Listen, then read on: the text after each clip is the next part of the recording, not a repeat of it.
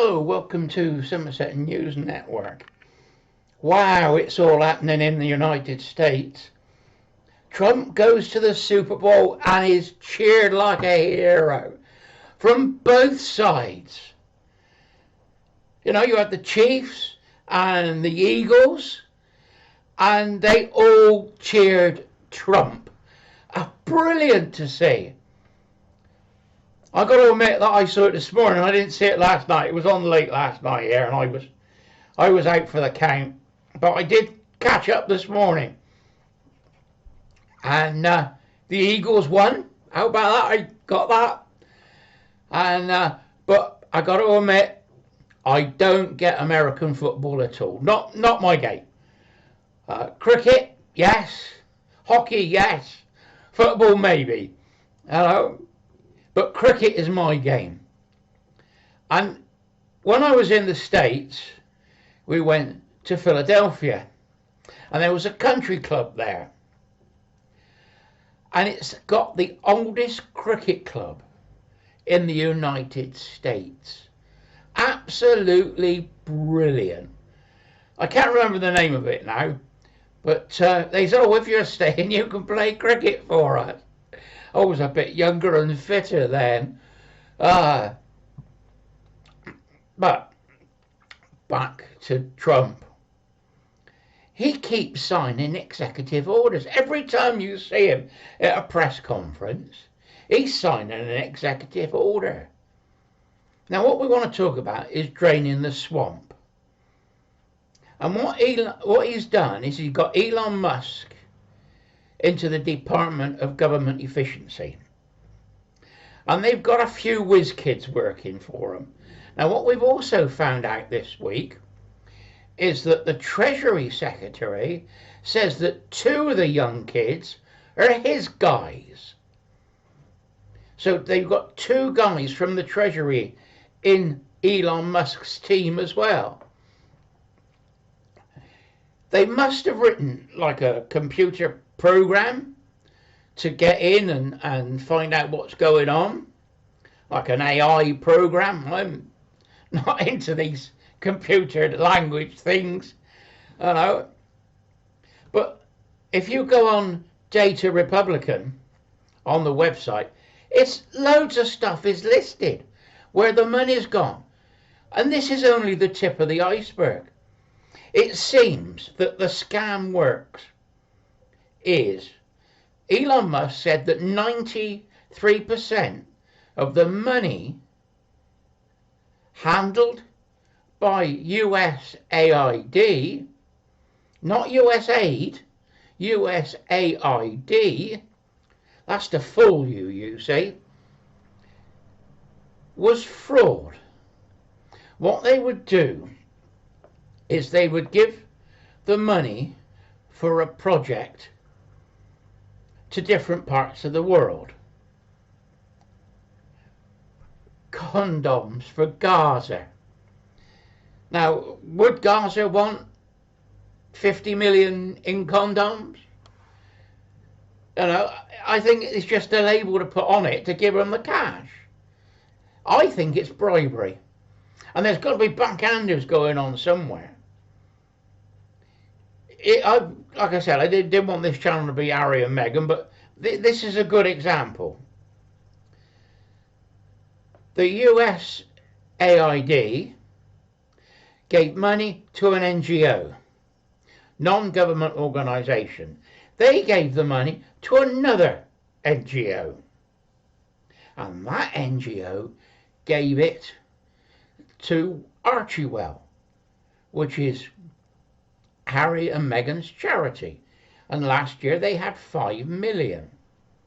Now the payoff is that Archewell gave Biden's daughter £250,000.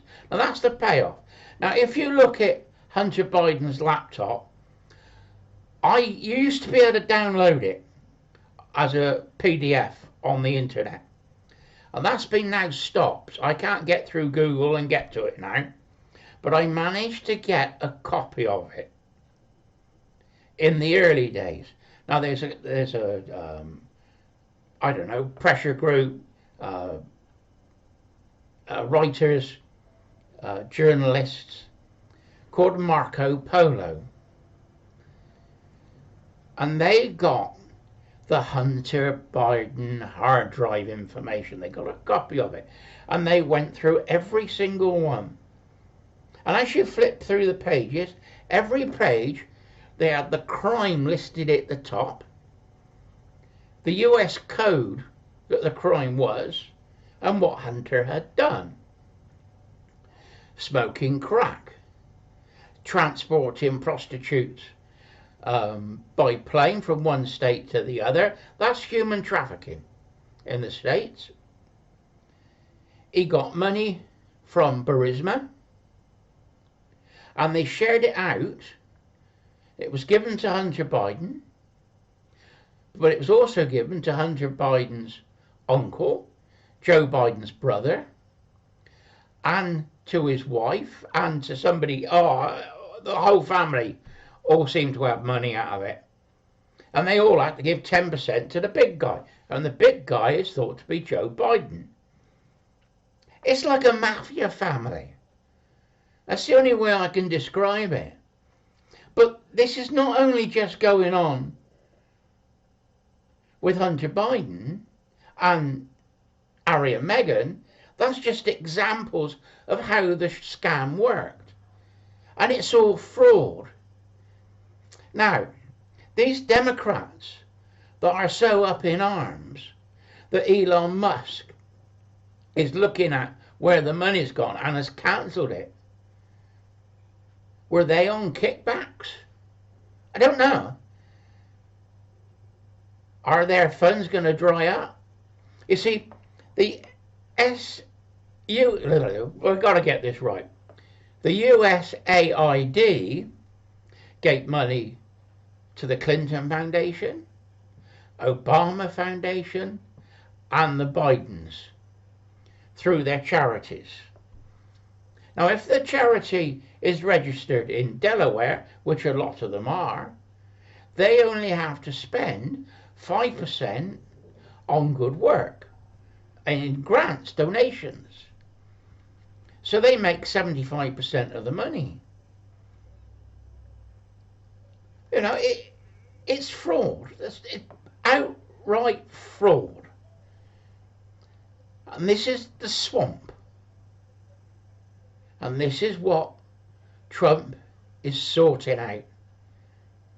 I think he knew it on the first 4 years when he was the president, 45.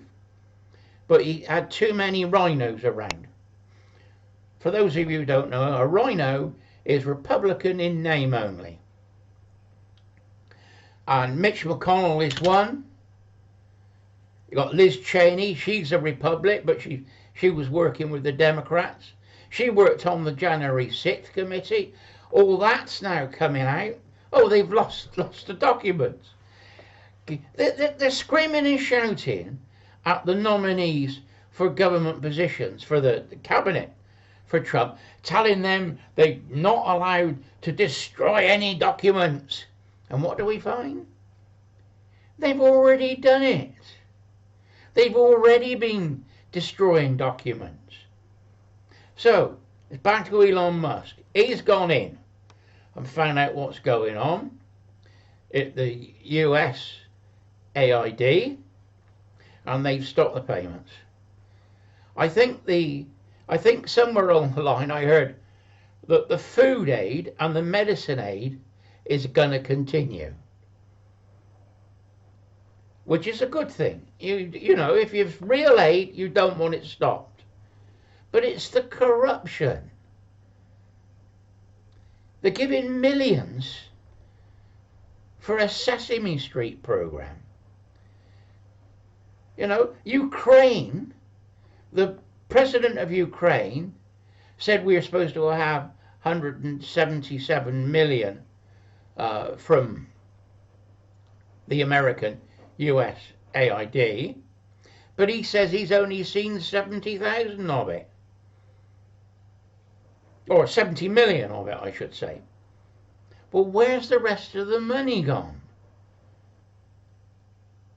You know, I know they say follow the money, but because they put it into one NGO and then that goes to another NGO, then it goes back to another NGO that ends up, nobody knows. It's skimmed off, backhanders, brown envelopes. How many senators are ending up with that money? I think the ones that are screaming and shouting should be questioned and their bank accounts looked at.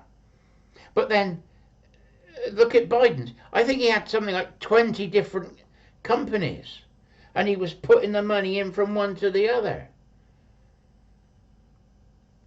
It's a criminal crime syndicate. And it's there for all of us to see. And we can't let it go on.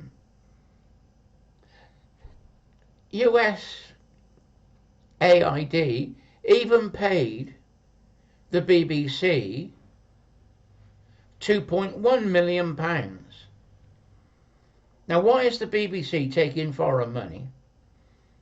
Now, we think that the USAID is a link or asset of the CIA.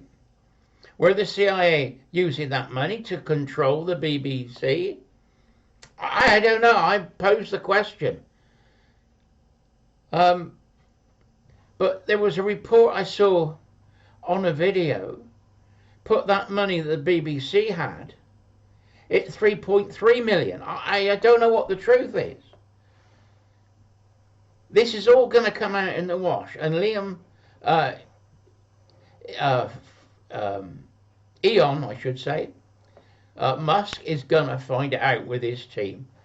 And they're clever guys, and they say, oh, they're too young, they don't know what they're doing.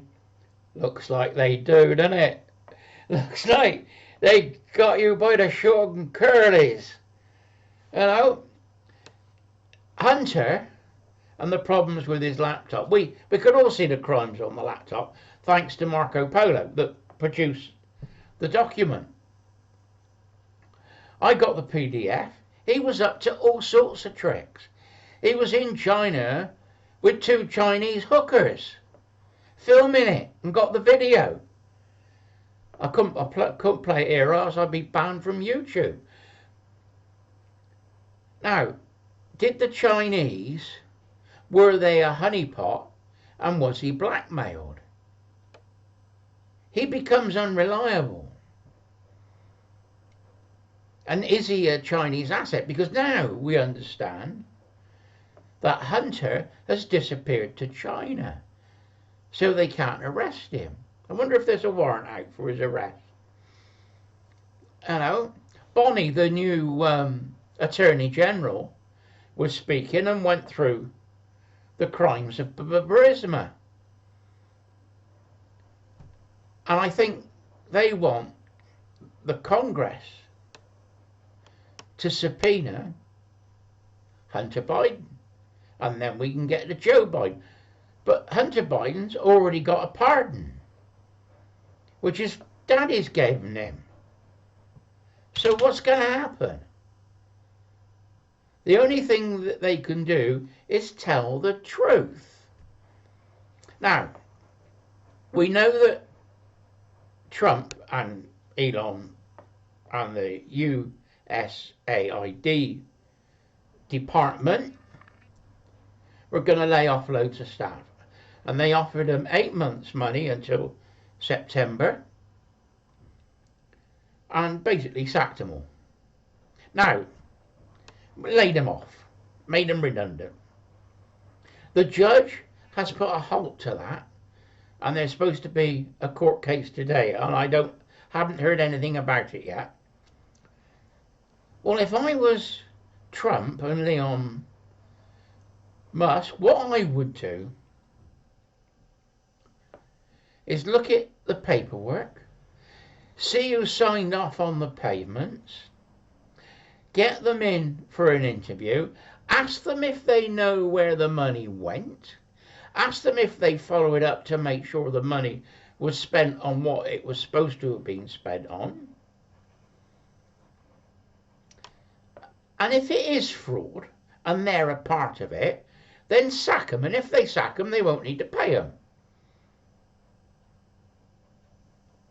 And in the worst cases, I would think it would be the managers that signed off on the checks. They would end up in court for misappropriation of public funds. It has to be a crime. It's a crime here in the UK. It's got to be a crime in the States. And the defence of, oh, I was only following orders, well, we know that doesn't work. So I would threaten the staff with court cases, and then if they're found guilty, it'll be prison time or fines. And then the judge that stopped all this payments and stopped them sacking them all is going to look silly. And that's what I think. That's what I think. Anyway, on these podcasts, I like to look at what's happening into the States. Now, Donald Trump went to the Super Bowl. He stood in the middle before the game and was there for the national anthem. And absolutely brilliant. What does Starmer do? Starmer goes to a football match on Saturday. God, he looks out of place. You know, and the trouble that Starmer's in is unbelievable. Every 5 minutes, you know, the Labour Party said at the conferences and the speeches they gave before the election in November that what they were going to do, no, it was July, wasn't it, last year, the election we had. What they were going to do was stop private planes being used for ministers. What do we find that Starmer's doing? He's getting on a private plane, he's going to the WEF, he's gone to Poland, he's gone all over the place. But he hasn't been to see Trump yet. And there's a theory put out in the press that the Labour Party want to bring down Trump. And they don't want to do a trade deal with Trump. And this is going to upset him and this will bring down Trump. That's the theory. You've got Peter Mandelson, who's now the American ambassador. You've got Starmer himself and the mastermind, David Lammy. They've got a plan to bring down Trump. Exactly what it is, we don't know. I think not having a trade plan is part of it, but I think there's going to be a lot more to it. But I think Trump will better them. If you want to play that game, Trump will then start using his tariffs on us. We make some of the best steel in the world. They're going to close the steel plant down even though it's making the best steel in the world. We make something called silver steel. It's used for gauge plate, it's used for silver steel, and it's used for making tools. It is brilliant steel. The Americans buy it off of us. But Trump is talking about putting a 25% tariff on it because it's not American steel. Well, why isn't Starmer talking to Trump and trying to get a trade deal for us, the British people, so that we can keep our jobs? You know, I got some, as I've told you before, I'm an engineer, I'm a gunsmith, I make things, and I buy steel. Now, when I first started 50 years ago, we were still using old names for steel. You've got spring steel, mild steel, tool steel. And Obviously, mild steel is soft, doesn't harden. You add carbon to that, and you've got a different carbon content, you then got tool steel. And if you play around with it again, and you harden and temper it, and it becomes springy, that's spring steel. What we've found is that we're now getting black drawn mild steel from China. Anyway, I bought some half-inch lengths, half-inch round, 10 foot long, because you could buy it in strips. Now, it's mild steel. It should machine easy. It's not easy free cutting steel, which is we had emergency numbers, EN numbers they were called, and they were emergency numbers. And mild steel was EN1, and then you had EN1A, which was the free cutting steel.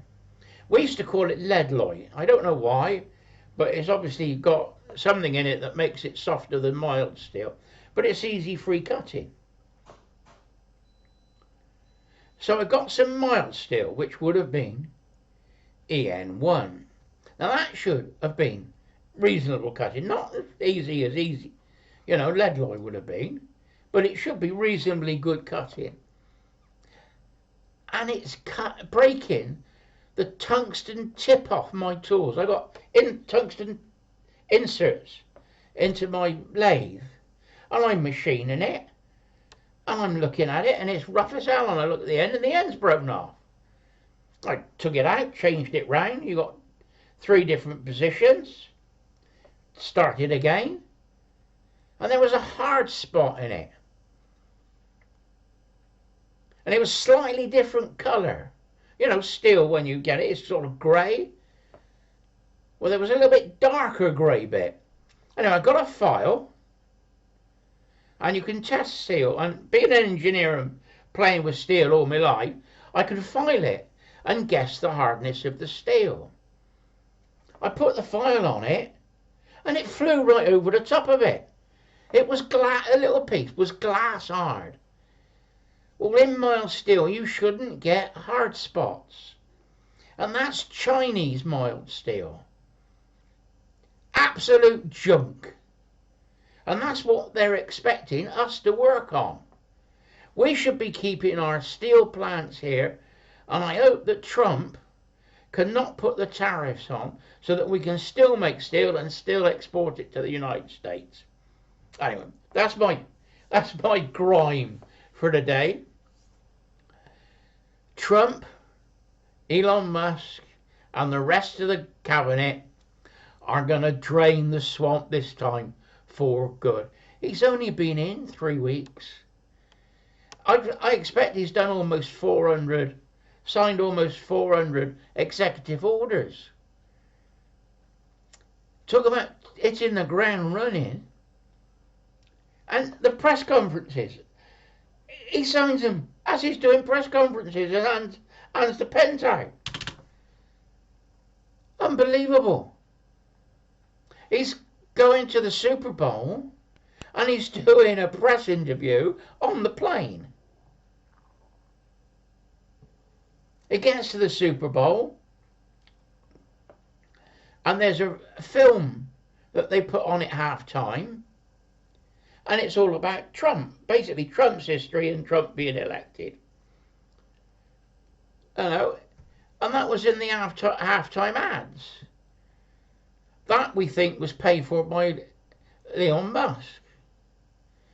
Now, I hope, I pray that this Trump continues and this really, really sorts the world out.